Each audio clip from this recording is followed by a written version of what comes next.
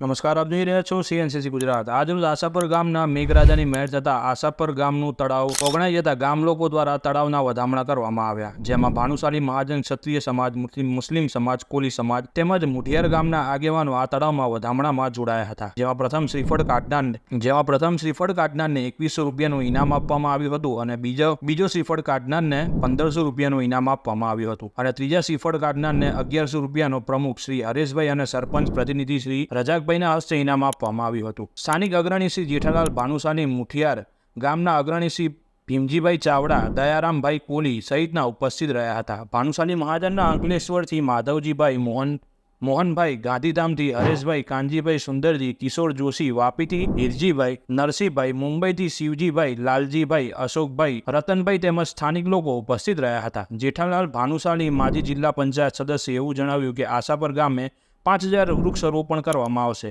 Reporter Rameshbhai Bhanushali, નડિયાદથી સાકર છે।